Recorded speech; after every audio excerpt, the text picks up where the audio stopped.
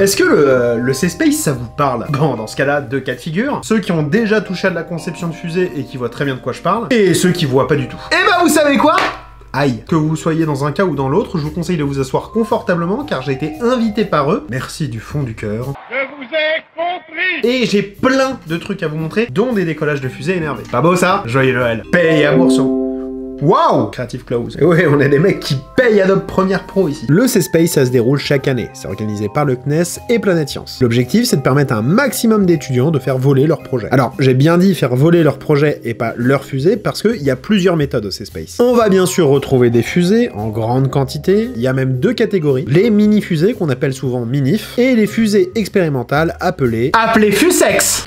Ça va, on dit Fusex. De toute manière, si c'était pas moi qui l'avais fait, ça aurait été quelqu'un dans les commentaires. On a la communauté qu'on mérite. En plus de tout ça, on va retrouver des catégories un peu moins connues, comme le lâcher de ballon sonde. Là, il n'y a pas de fusée, c'est vrai, mais c'est aussi la discipline qui va le plus haut. On peut tracter une expérience et faire des enregistrements jusqu'à 30 000 mètres d'altitude. Et la dernière catégorie, c'est les CANSAT. Là, on va retrouver une expérience qui va être dans un tout petit volume. Ce volume va être largué depuis un ballon ou un drone, et l'expérience se déroule pendant toute la redescente. Ça, c'est la discipline que j'ai le plus ratée, pour pas dire pas du tout filmé. Désolé les gars, ça sera pour une prochaine fois. Je me suis surtout concentré sur les projets fusées. Et puis ici, ça peut me permettre d'y retourner gratos. Le CNES, le CNES! Vous vous demandez sûrement pourquoi je me suis autant concentré sur les fusées. Non! Peut-être bien parce que l'intégralité de la chaîne YouTube est consacrée à ça. C'est une piste à creuser, j'appelle Joe. Ouais, mais surtout ça.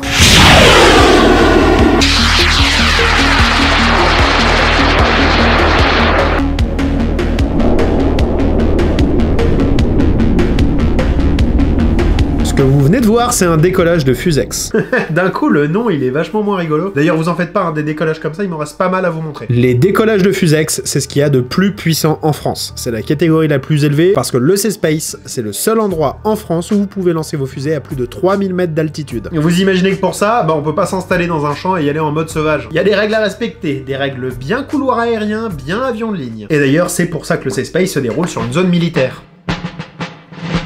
Cette année, et depuis pas mal d'années, le C-Space se déroule au camp de Gers. C'est juste à côté de Tarbes, et c'est là où est basé le premier régiment de hussards parachutistes. L'avantage? Avoir accès à un terrain qui sert ou soit à faire atterrir des parachutistes, ou soit à faire atterrir des obus de 120 mm. Vous imaginez que pour faire fonctionner ce genre de joujou, la surface est grande. Et en effet, ici on est sur un champ plat de 3200 mètres de long, qui est au milieu d'un terrain de 800 hectares. Pas mal, non? C'est français. Sur les 800 hectares, 40 sont réservés aux infrastructures, aussi appelées base vie par les participants du C-Space. En gros, c'est ici que vont être logées toutes les personnes qui participent au C-Space. Dont moi. Enfin, participe, j'ai juste filmé. C'est aussi là que les équipes vont remonter leur projet et préparer leur expérience. Le C-Space, il est ouvert à tous les étudiants. Le deal est simple. Un groupe d'étudiants, qu'ils soient en études supérieures, au collège ou au lycée, va se former autour d'un projet de Fusex, de ballon sonde ou de CANSAT. Ce groupe va pouvoir participer au C-Space, bien sûr en respectant certaines règles. En fait, il faudra respecter le cahier des charges de la discipline. Cahier des charges qui peut être un poil fat. Une clé qui est pour activer la séparation et une autre clé qui est pour activer l'expérience, qui est des aérofreins qui sortent comme ça, et qui permettent, durant le vol, de contrôler l'altitude de notre fusée. Donc le but, c'est d'arriver à un point précis, une altitude précise. Si par exemple on va trop vite ou on a trop d'accélération, après la phase de poussée, ça va s'ouvrir pour la ralentir et on jauge comme ça pour arriver par exemple à une altitude donnée. Donc ici au C-Space, ça sera 1100 mètres. Il y a une séparation à l'apogée. D'accord. Et les deux parachutes sortent. Ok. En échange de tout ça, le CNES met à disposition des participants les moteurs pour les fusées, l'hélium pour les ballons et les ballons. Bref, tout ce qui peut comporter des risques, les étudiants n'y touchent pas, mais en échange, c'est l'État qui régale. L'argent du contribuable. Bon, la seule discipline dont j'ai pas parlé ici, c'est les mini-fusées, parce que c'est un peu particulier. Les mini-fusées ont plus pour but d'apprendre les bases de la conception de fusée en vue de faire un projet Fusex plus tard. Après, c'est pas parce que vous faites une mini-fusée que vous pouvez pas mettre d'expérience à bord. C'est pas le but de la discipline, mais ça reste possible. Vous faites pas avoir par le terme mini-fusée. C'est pas parce qu'il y a mini dans le nom que c'est petit et mignon. Là, on parle d'apprendre les bases de la conception de fusée chez Planète Science. Ça peut amener sur d'autres projets plus gros, comme les Fusex. Donc les mini-fusées, bon, c'est quand même un truc balèze, hein. Vous avez des plafonds qui montent jusqu'à 800 mètres d'altitude. Notre équipe minif, elle s'est réduite au cours de l'année à Tom. Ouais. Au départ, on était 12. Hein. On met nos premières années sur l'équipe minif. Ça permet de former les premières années, découvrir un peu le milieu de la conception de fusée étudiante. Comme ça, ils peuvent voir un peu le C-Space. Et après, nous, on a confiance en eux pour les placer sur des projets plus ambitieux. Le jour où je suis arrivé, bah, j'ai eu de la chance parce que j'ai pu assister à un décollage de nuit. Et pour ce décollage, ça a été une mini-fusée qui a été sélectionnée. En fait, la fusée était équipée d'une bande LED qui remontait tout le long de sa carlingue, donc ça faisait vraiment sapin de Noël. Et le truc vraiment pas mal qu'avait fait cette équipe, c'était que les couleurs des LED changeaient selon l'accélération que se prend la fusée. Plus elle se prend de G, plus elle monte vers le vert, je crois. Perdu, c'était rouge. En gros, on tourne vers le bleu. Plus on est en décélération, on est vers le bleu. En accélération, on est vers le rouge. Voilà. Ah Il oui, y a 12 couleurs en tout. Et juste avant le lancement, eh ben, j'ai pu accompagner l'équipe pour voir la mise en place. Quand l'équipe est prête, elle va pouvoir se rendre en zone de lancement. Là-bas, l'équipe va rencontrer les pyros, qui sont les personnes qui s'occupent d'installer les moteurs et tout le dispositif d'allumage dans la fusée. Tous ensemble, ils vont se diriger vers la rampe de lancement. Alors les gars, ça va, pas trop la pression? Vous êtes la seule fusée de la soirée, hein? On a peut-être une autre qui marche. Ah, ok, d'accord. Là, l'équipe va pouvoir installer la fusée sur la rampe et bien sûr démarrer le système et voir si tout marche correctement. Mais c'est la première fois que j'ai de la pression pour une minute là, c'est pas normal. Après ça, on laisse les pyros faire leur job. Donc on reste bien tourné vers la fusée pendant tout son vol. J'amène le moteur au niveau de la mini-fusée. On reste silencieux au cas où il y a un incident. Là, on a toutes les procédures qui sont écrites. Si jamais la fusée elle revient vers nous, avec ou sans parachute, surtout vous ne vous retournez pas et vous gardez la fusée face à vous. 3, 2, unité, mise à peu.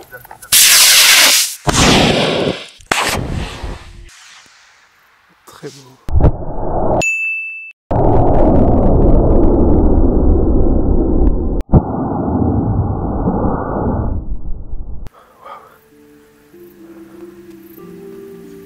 Pour le coup, tout s'est bien passé, le vol a été nominal. Ça fait plaisir. Ça veut dire qu'on a toute la plage de couleurs. Donc voilà la traînée de la fusée du coup qu'on voit. Elle a bien tourné sur elle-même, hein. En fait, la partie là où elle tourne sur elle-même, c'est quand on redescend de son parachute. Ah oui, donc c'est vert à ce moment-là. Ouais, c'est ça. Et c'est bien blanc au démarrage. Enfin bleu, violet. Et vu qu'il n'y avait pas d'autres fusées qui décollaient après, eh ben on a pu directement aller la récupérer. D'ailleurs, juste avant la fusée, on a eu la chance de voir de loin le largage d'un ballon sonde.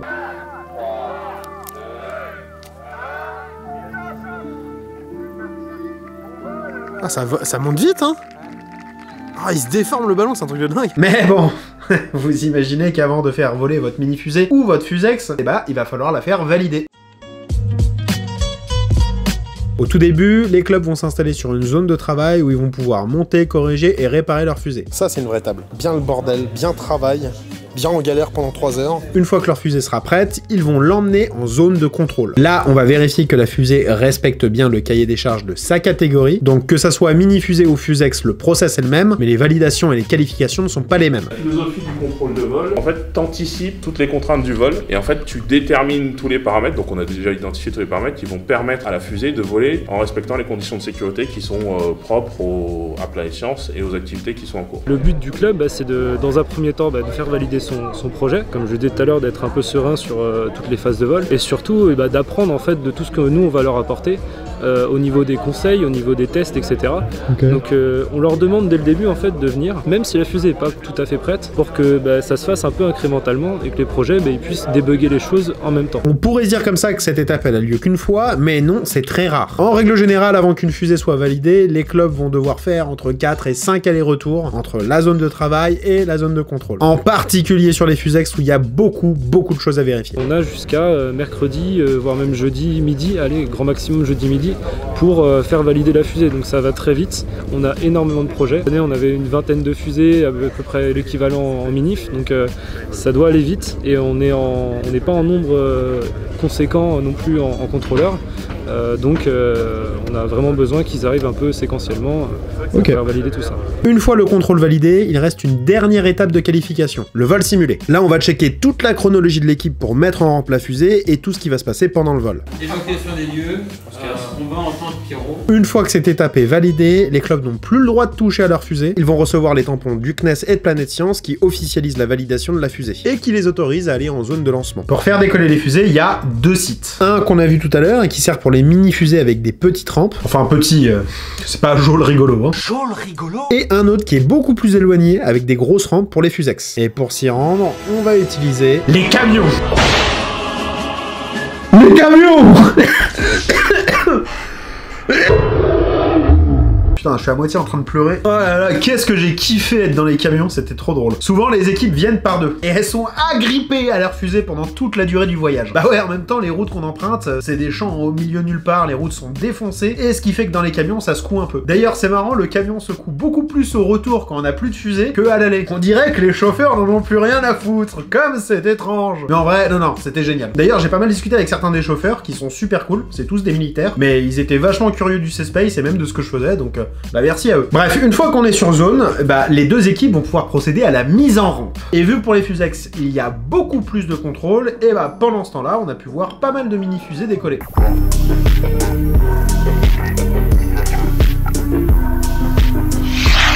Oh la vache. Je la vois pas. Ah si, je la vois. Elle est en balistique là. Parachute.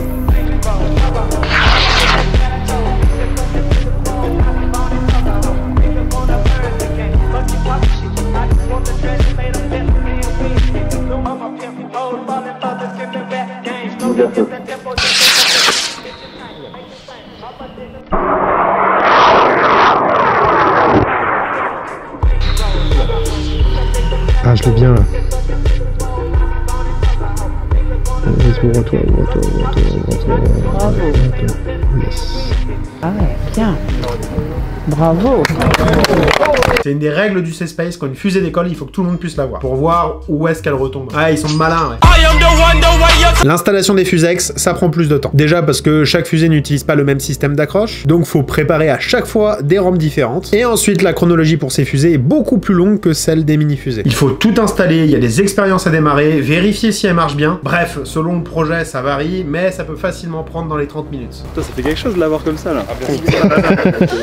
Mais une fois que tout ça c'est bon, bah il n'y a plus qu'à attendre en tente Jupiter. La tente là qui est au retour, on appelle ça la tente Jupiter. Tu as un PC Fusex, un PC Mini, un peu sur le modèle de ce qui se fait à Kourou, parce qu'on essaie vraiment d'être au plus proche de la réalité de ce qui se passe là-bas et de donner une dimension un peu professionnelle à cet événement qui est un événement à la base, on va dire, qui est vraiment fait pour des étudiants, mais des étudiants qui sont principalement des étudiants en ingénierie spatiale ou qui s'intéressent au domaine spatial et qui ont peut-être envie de continuer dans la branche. Et surtout après, eh ben, il faut attendre le go de la tour de contrôle. Le go de la tour de contrôle, ça peut prendre un peu de temps, parce que on empêche les avions de passer au-dessus du terrain. Mais une fois que c'est bon, les pyros vont pouvoir préparer la fusée, installer le moteur, le système d'allumage, et l'équipe va se rendre en tente pyro pour mettre à feu la fusée. Bonjour.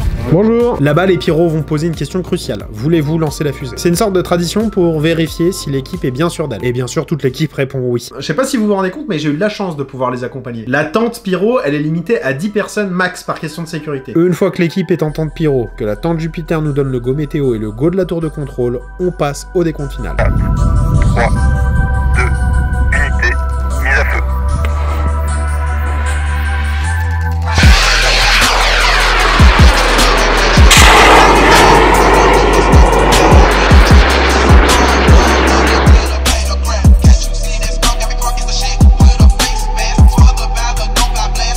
Le parachute, il est tout là-bas.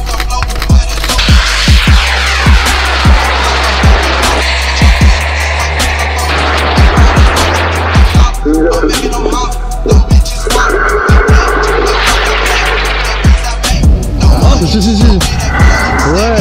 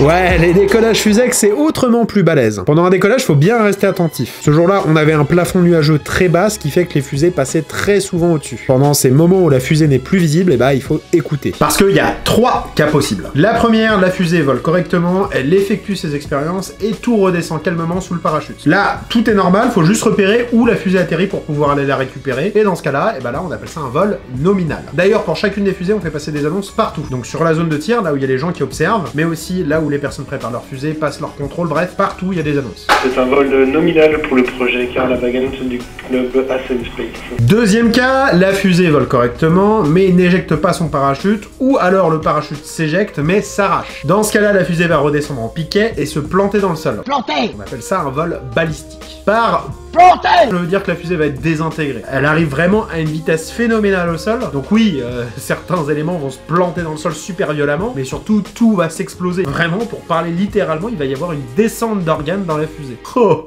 the French Rocketry is so fleury. I love the vocabulaire. Le truc qui est vachement prenant, c'est que pendant sa descente, la fusée va émettre un sifflement. Ah.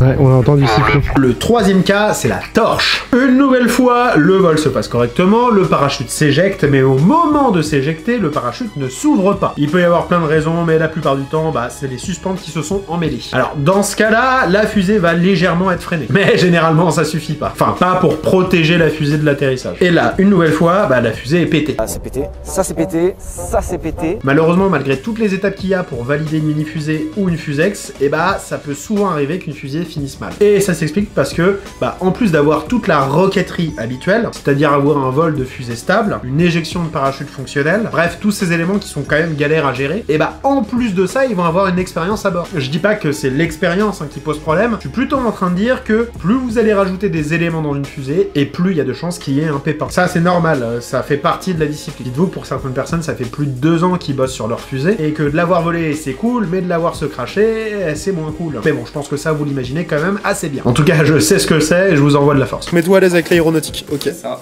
chaîne de podcast, Spotify, Deezer, Apple Podcast. Un des trucs qui m'a le plus marqué au C-Space, et je pense que c'est très important de le montrer, c'est les bénévoles. On se rend pas compte, mais les bénévoles sont vraiment très nombreux. Et c'est en grande partie sur eux que repose l'événement. Du coup, en gros, on démarre mercredi, on installe donc toute la zone, t'as toutes les tentes, les câbles, la téléphonie. Là-bas, on a toutes les rampes à mettre. De l'autre côté, il y a toute la tente club, les autres rampes pour les minifs, toutes les tables, tout le câblage électrique. Ça fait beaucoup de choses et effectivement, là, ça fait déjà une semaine que je suis là. T'es full bénévole ici en plus. Ouais, je suis full bénévole. Ah ouais, putain, courageux quand même, parce que là... J'ai un autre taf dans la vie, ouais. Avant de venir au C-Space, j'avais entendu dire que les contrôles fusées étaient trop stricts et qu'il y avait pas mal de bénévoles qui étaient là un peu pour casser les étudiants et les clubs qui venaient. Et à vrai dire, j'ai pas vraiment trouvé. Il y a plein de types de bénévoles différents, ceux qui s'occupent des rampes, ceux qui gèrent les participants, la météo, la pyro, la technique, et aussi ceux qui valident les projets. Et les contrôles, ils ferment assez tard, histoire de faire passer un maximum de personnes. Du coup là, il est quelle heure là ? Là, il est tard, 1h05. Du coup là, vous êtes en train de valider votre fusée à 2 étages, c'est ça ? On termine la validation du déploiement des parachutes. Après, il y aura plus à valider l'assemblage des 2 étages. Et puis après, on pourra partir pour un vol simulé complet. Et à partir d'1h du matin... Bonne nuit les petits là. Ouais, bonne nuit les petits, c'est de l'ironie. Parce que les nuits de sommeil au C-Space, elles sont pas longues. Bah ouais, vous bossez jusqu'à 1h du mat, mais souvent le matin, vous vous levez tôt pour continuer de bosser. C'est la secte des fusées. Plusieurs fois dans la journée de validation, les bénévoles vont faire des points pour savoir où en sont chaque projet et où est-ce qu'ils peuvent aider. Et l'autre ballon, donc il sera qualifié aussi pour demain. Alors le ballon de nuit, il va être qualifié, c'est celui qui est en question. Et l'autre, c'est le premier. Et l'autre, c'est celui de Stacker. Il va être qualifié pour demain. Ils ont même mis en place la Debug Team. Ce nom me fait beaucoup trop rire. Mais qui s'occupe d'aider les projets, où il galère un peu. On débug tous les projets pour essayer justement de lancer le maximum de projets. On a ensuite des clubs qui ont eu du coup depuis 2 mois des problèmes, notamment sur les compatibilités moteurs, sur la taille des ailerons, on les conseille, parfois même on abandonne certaines expériences pour pouvoir au moins lancer la fusée. notamment quand c'est des dernières années qui n'auront pas la chance de revenir au C-Space avec leur école. S'il y a un domaine dans lequel tu es chaud et tu veux les aider, rien ne t'empêche d'aller les aider pour pouvoir corriger les petits problèmes qu'ils vont avoir. Exactement. Du coup, on a une checklist et on doit du coup répondre à tous les items pour pouvoir décoller. En fait, beaucoup de bénévoles sont d'anciens membres du C-Space qui ont déjà participé. Du coup, ils ont connu les galères de validation et les allers-retours avec le contrôle. J'étais membre de club avant. Ouais. Et j'étais à l'Estaka Space Odyssey, donc j'ai fait l'Estaka. Et c'est ma 19e campagne. Associé à ça, il y a aussi les militaires qui aident pas mal. En plus de prêter leurs locaux et d'emmener tous les groupes sur zone de lancement, ils débloquent pas mal de situations. Typiquement, ils ont pu dialoguer avec la tour de contrôle pour permettre aux Fusex de décoller. Donc un grand merci à eux aussi. Donc voilà, ça me semblait important de souligner ce point. Mais vraiment, merci à tous les bénévoles qui ont donné de leur temps afin de préparer le C-Space et aussi aider les participants. Et aussi de répondre à mes questions. D'ailleurs, ils ont été vachement nombreux à bien vouloir échanger. Que ça soit sur leur vision du C-Space, mais aussi sur leur philosophie de vol. Le C-Space, ça se déroule sur une semaine et on peut faire valider sa fusée jusqu'au jeudi soir. Tout simplement parce qu'à partir de vendredi 12h, plus aucune fusée n'a le droit de voler. En gros, il n'y a plus d'autorisation et le trafic aérien reprend son rythme normal. Et chaque jour, dès qu'il n'y a plus de fusées à lancer, les équipes vont pouvoir tenter de les récupérer. Attention, on dit bien tenter, parce que si votre fusée déjà elle a fait un vol balistique, bon courage pour retrouver les petits morceaux. Et aussi, on est sur une zone militaire. Donc dans certains cas, votre fusée elle est tombée dans un endroit où on peut pas aller. Je vais pas vous faire un dessin. Ça c'est moi qui vais dans la forêt interdite pour récupérer des fusées, et ça c'est moi qui explose sur une mine. Et dis-toi qu'on vient d'entrer de notre recherche, on a cherché jusqu'à 22h en forêt, on a fait que de marcher, de quadriller. Maintenant du coup le problème c'est qu'on n'a toujours pas la localisation de notre fusée, on perd pas espoir, on va continuer à essayer de chercher, on a des témoins qui l'ont vu dans une direction etc. Okay. On peut espérer encore la retrouver aujourd'hui ou pire que des gens la retrouvent plus tard. Mais dans tous les cas, on a eu des télémétries d'expérience, on est sûr d'avoir été supersonique, etc. Donc on est quand même très content. Pendant que j'étais là-bas, on m'a raconté que de temps en temps, ça peut arriver qu'on retombe sur une fusée, mais bien longtemps après son décollage. Par exemple, 1 ou 2 ans après le vol de la fusée. Dans ce cas-là, les fusées sont bien sûr rendues à leur propriétaire. Et ça peut arriver qu'après un vol balistique ou un vol torche, on arrive à retrouver dans les décombres une carte SD ou deux. Carte SD encore en état de fonctionner avec toutes les expériences de vol enregistrées. Bon alors, je pense que si vous avez fait un balistique, faut vraiment avoir du bol. Mais ça peut toujours arriver. Du coup, pas trop déçu quand même de pas avoir pu décoller?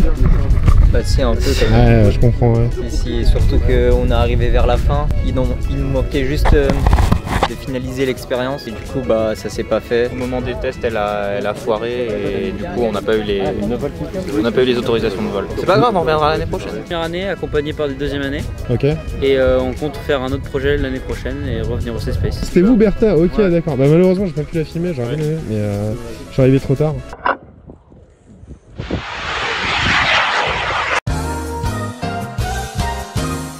D'accord, du coup content du C-Space? Ouais, carrément. Ouais, c'est cool. Ouais, l'expérience de Bertha qui est toujours perdue dans la forêt. Du coup, vous avez volé ce matin avec cette fusée, c'est ça? Et ça va, vous êtes content du vol? Ouais, ça va. Parce qu'au final, même si ça n'a pas marché, ça a prouvé que notre système de récupération secondaire a bien fonctionné. Bah voilà, je crois que je vous ai présenté tout ce que j'ai vu sur le C-Space. Ah non, attendez, il y a un décollage de ballon sonde que je vous ai pas montré.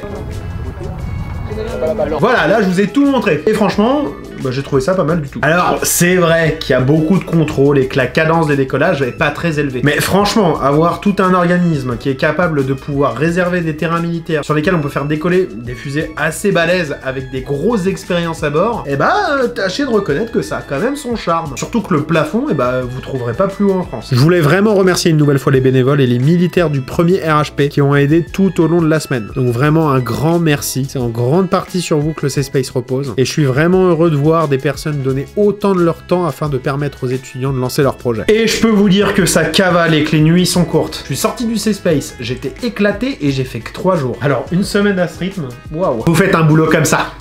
Oh yeah, Mr. Krabs! Voilà, on arrive à la fin de cet épisode et j'espère qu'il vous aura plu. Un grand merci au CNES et à Planète Science de m'avoir accueilli pour pouvoir filmer tout ça. C'était génial. Je vais pas vous mentir, ça fait très plaisir de voir autant de personnes et aussi des grosses entités commencer à me faire confiance. Donc j'espère à vous aussi le CNES et Planète Science que cette vidéo vous aura plu. Et bien évidemment aussi les bénévoles. Je vous ajoute aussi le lien pour télécharger les cahiers des charges des différentes disciplines. Comme ça, si vous voulez approfondir, c'est possible. Donc si vous avez une expérience à faire voler, une idée, n'hésitez pas. Bien sûr le CNES, si vous avez d'autres plans, n'hésitez pas non plus, je suis votre humble serviteur. Surtout quand le voyage est payé. Voilà, c'était Cigarios, prenez soin de vous, et je vous dis à plus.